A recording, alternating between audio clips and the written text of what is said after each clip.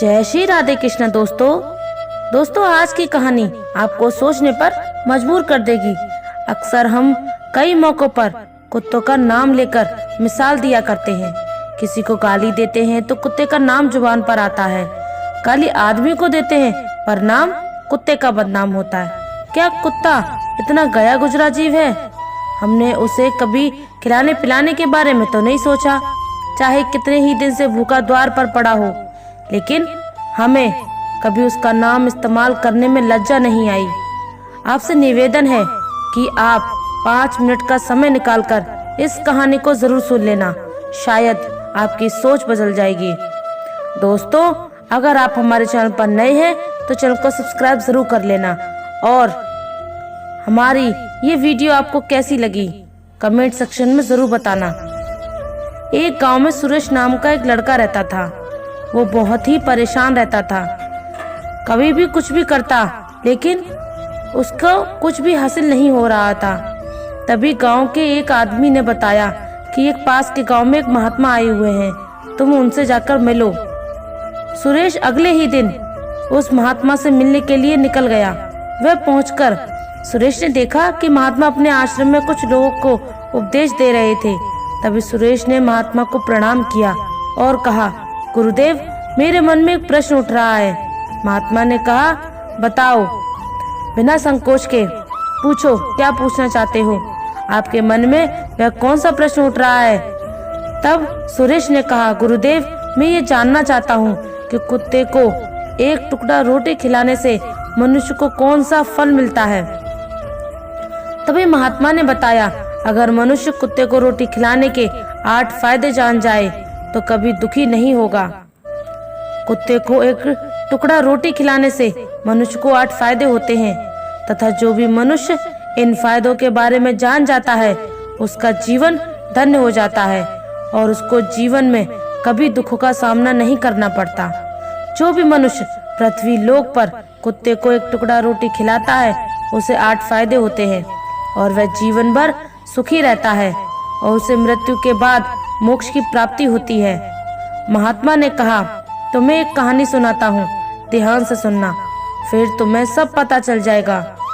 एक समय की बात है, एक काले रंग का कुत्ता था। वह बहुत ही लाचार था और भूखा प्यासा था। वह गांव के सभी के घर घर में जागता, परंतु उसे कोई भी व्यक्ति रोटी का एक टुकड़ा भी नहीं देता। वह भूख के मारे इधर उधर घूमता रहता। एक दिन वह गांव के बाहर नदी के किनारे एक ऋषि के आश्रम पर पहुंच गया और ऋषि से कहने लगा, हे मुनिवर, मुझे लगता है आप बहुत ही विद्वान तथा ज्ञानी हैं, इसलिए मैं भूखा प्यासा आपके पास आया हूँ। कृपया करके आप मुझे एक टुकड़ा रोटी दे दें जिसे मैं खाकर अपनी भूख शांत कर सकूं। तभी वह ऋषि कहते हैं, क्या तुम्हें गांव में एक टुकड़ा रोटी किसी ने नहीं दिया जिसे तुम खाकर अपनी भूख को मिटा सको? वह कुत्ता ऋषि से कहता है, हे मुनिवर, मैं आपको क्या बताऊं, आप मेरी बातों पर विश्वास नहीं करेंगे। तभी वे ऋषि कहते हैं, तो बताओ, तुम्हारी बातों पर मैं विश्वास अवश्य करूंगा, मुझे तुम बहुत ही लाचार दिखाई पड़ते हो। तभी वह कुत्ता कहता है, ठीक है मुनिवर, मैं आपको अपनी बीती बताता हूँ। कुत्ता ऋषि से कहता है, हे मुनिवर, दुनिया के लोगों को हम पर रहम करो। हमारा कोई घर नहीं होता, कोई आसरा नहीं होता, कमाकर खाना हमें नहीं आता, हमें वस्त्र भी पहनने का ज्ञान नहीं है, इसलिए सर्दी गर्मी और बरसात में हम ऐसे ही घूमते रहते हैं। हमें पढ़ना लिखना भी नहीं आता।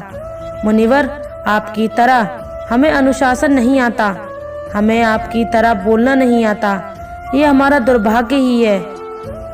परंतु हमें आपकी तरह भूख भी लगती है, चोट लगने पर हमें आपकी तरह पीड़ा भी होती है, हमें आपकी तरह रोना भी आता है।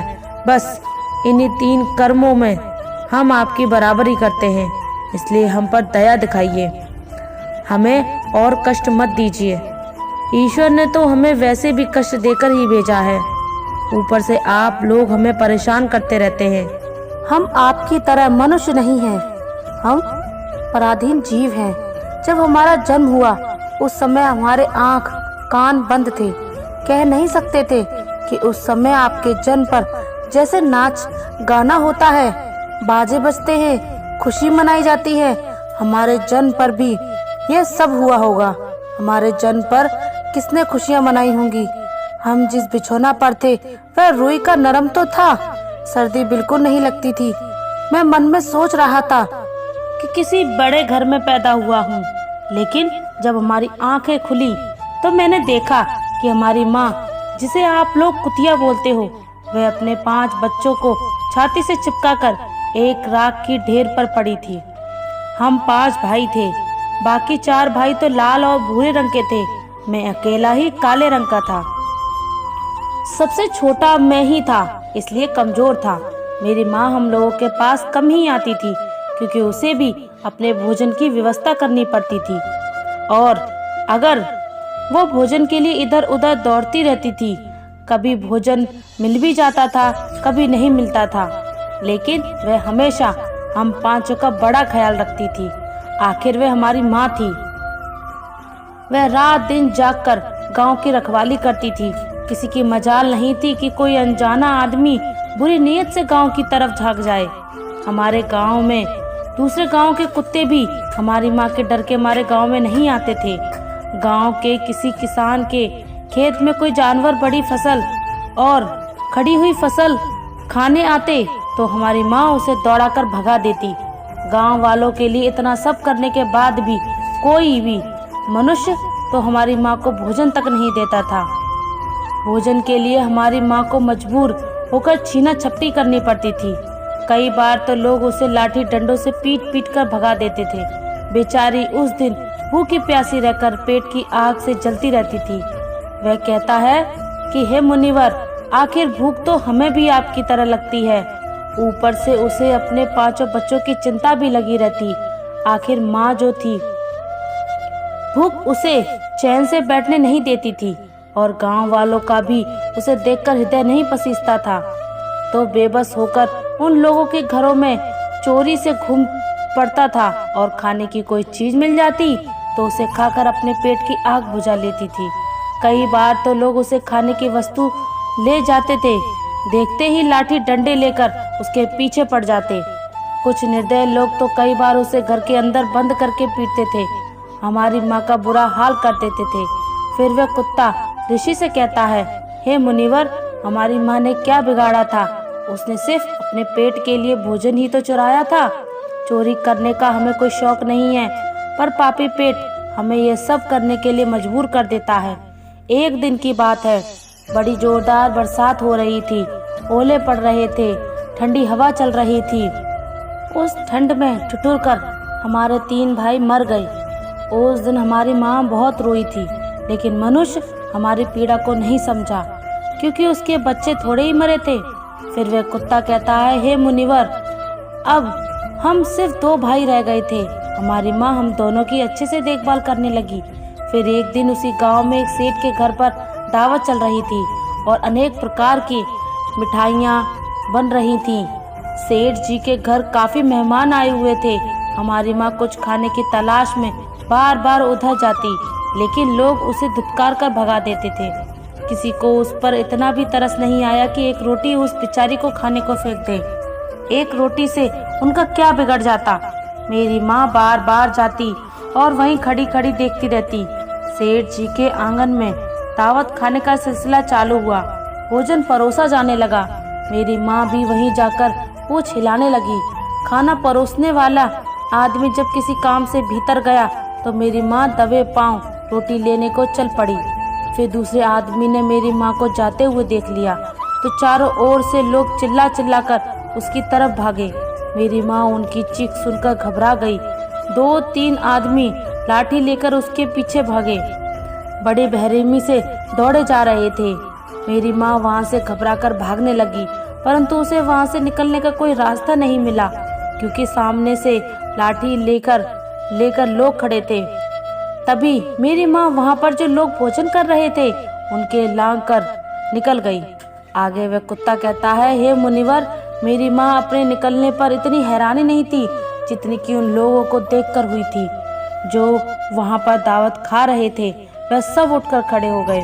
उन्होंने भोजन करना छोड़ दिया और कहने लगे कि कुतिया के लांग जाने से भोजन भ्रष्ट हो गया है। सब एक दूसरे से विचार विमर्श करने लगे, अब क्या किया जाए, खाना तो सब खराब हो गया है। फिर सेठ जी फूट फूट कर रोने लगे। कुछ लोग तो यह भी कह रहे थे कि भाई कुतिया के लांगे से भोजन खराब कैसे हो गया, उसने खाने में या पतलों में मुंह थोड़ी डाला है, सिर्फ ऊपर से लांग कर ही तो गई है। और कहने लगे, शहरों में तो लोग कुत्ते को भी पाल कर घर में रखते हैं, सुलाते हैं, खिलाते हैं, और इसमें कोई बुरी बात नहीं है। अगर कुतिया लांग कर गई है तो भोजन खराब नहीं हुआ है। लेकिन उनमें से कुछ लोग बड़े घरों से ताल्लुक रखते थे, उन्होंने एक भी चलने नहीं दी और कह रहे थे कि भोजन तो भ्रष्ट हो गया है, ये हमारे खाने के लायक नहीं है। आखिरकार उनकी बात मानी गई। अब तो वह सारा भोजन गरीबों में बांट दिया गया। उस दिन तो मेरी माँ को खूब पेट भर कर खाना मिला।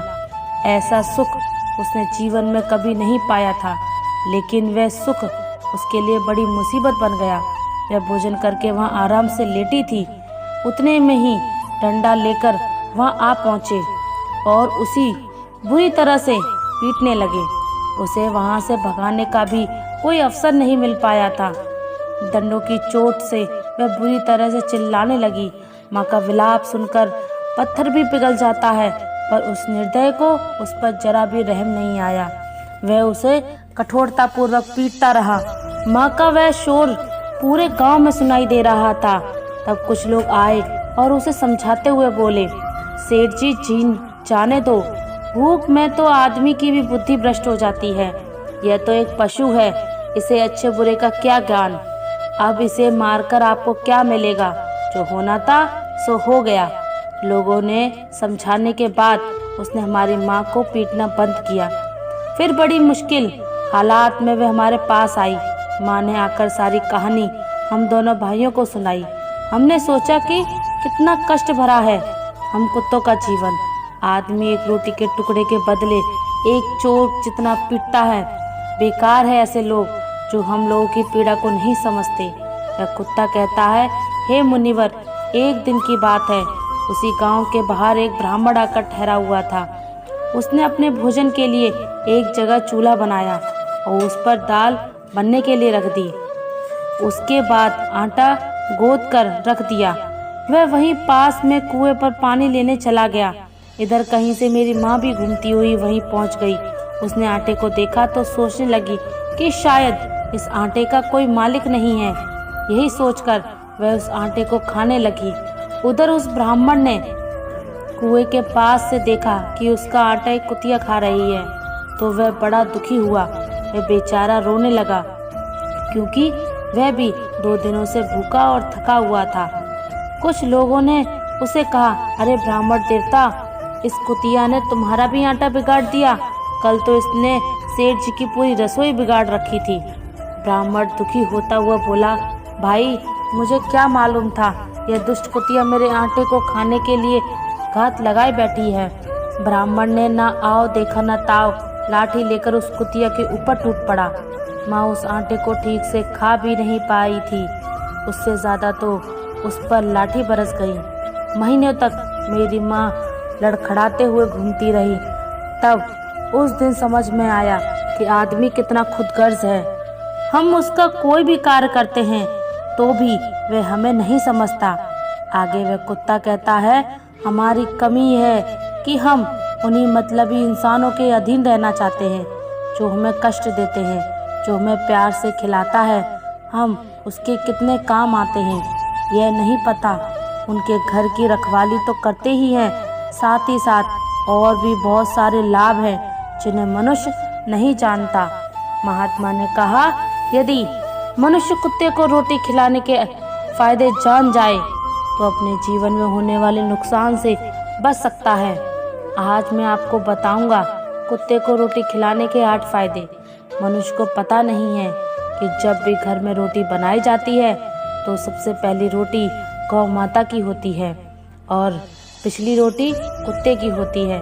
महात्मा ने कहा, ऐसा ही विधान भगवान ने बनाया था, लेकिन भगवान के बनाए उस विधान को भूलकर मनुष्य अगली और पिछली रोटी स्वयं ही खा जाता है, उसका दुष्परिणाम और दुष्प्रभाव उसके जीवन पर पड़ता है। कुत्ता वह प्राणी है जिसको रोटी खिलाने से मनुष्य के जीवन में पड़ने वाले ग्रहों के दोष भी दूर हो जाते हैं। महात्मा ने कहा, कुत्ते को रोटी खिलाने का पहला फायदा। कुत्ते को रोटी खिलाने के क्षण का नकारात्मक प्रभाव कम हो जाता है। शनि ग्रह जब अपनी कुदृष्टि डालता है तो हर मनुष्य बर्बाद हो जाता है। जिस व्यक्ति पर उनकी महादशा का आरंभ हो जाता है तो बने बनाए काम अपने आप बिगड़ने लगते हैं और वह मनुष्य आर्थिक तंगी का शिकार हो जाता है। उस स्थिति में व्यक्ति यदि कुत्ते को रोटी खिलाता है तो उस पर शनि का दुष्प्रभाव बहुत ही कम होता है। कुत्ते को रोटी खिलाने का दूसरा फायदा, कुत्ते को रोटी खिलाने से भाग्य आपके पक्ष में हो जाता है। आपके घर के अंदर नकारात्मक शक्ति नष्ट हो जाती है। कुत्ते को रोटी खिलाने का तीसरा फायदा, कुत्ते को रोटी खिलाने से माता लक्ष्मी प्रसन्न होती हैं और आपके घर में धन दौलत की कभी कमी नहीं होने देती हैं। और चौथा फायदा, कुत्ते को रोटी खिलाने से आपके ऊपर कर्ज नहीं चढ़ता और जो पहले से आप कर्जदार हैं उससे भी मुक्ति मिल जाती है। और पांचवा फायदा, कुत्ते को सुबह शाम भोजन देने से आपका व्यापार बहुत अच्छे से चलता है। कुत्ते को रोटी खिलाने का छठा फायदा, कुत्ते को रोटी देने से आपकी आयु में वृद्धि होती है और अटका हुआ धन वापस मिल जाता है। और सातवां फायदा, कुत्ते को रोटी देने से हमेशा आपका स्वास्थ्य अच्छा बना रहता है और मानसिक रूप से आप मजबूत रहते हैं। आपका मन हमेशा ऊर्जावान रहता है। अच्छे विचार आपके मन के अंदर आते हैं। कुत्ते को रोटी खिलाने का आठवां फायदा, रोटी खिलाने से भगवान प्रसन्न रहते हैं क्योंकि भगवान को समस्त जीवों की चिंता रहती है और जो समस्त जीवों पर दया खाता है भगवान भी उस मनुष्य से हमेशा प्रसन्न रहते हैं। भगवान की कृपा सदैव उस परिवार पर बनी रहती है। आपने अपने बड़े बूढ़ों से सुना होगा, कहते हैं कि जब कुत्ता रोता है तो अब शगुन हो जाता है, कोई संकट आता है, किसी की मृत्यु होती है, इसलिए कुत्ते को कभी रुलाना नहीं चाहिए। इस प्रकार से महात्मा ने सुरेश को कुत्ते को रोटी खिलाने के 8 फायदे बताए और जो भी मनुष्य कुत्ते को रोटी खिलाता है तो उसे इन 8 फायदों का लाभ प्राप्त होता है। तो दोस्तों, कैसी लगी आपको ये कहानी? आप हमें कमेंट सेक्शन में ज़रूर बताना और अच्छी लगी हो तो इस चैनल को सब्सक्राइब ज़रूर कर लेना। तो चलिए मिलते हैं ऐसी ही कोई नई कहानी में। तब तक के लिए अपना ख्याल रखिए। धन्यवाद। जय श्री राधे कृष्ण।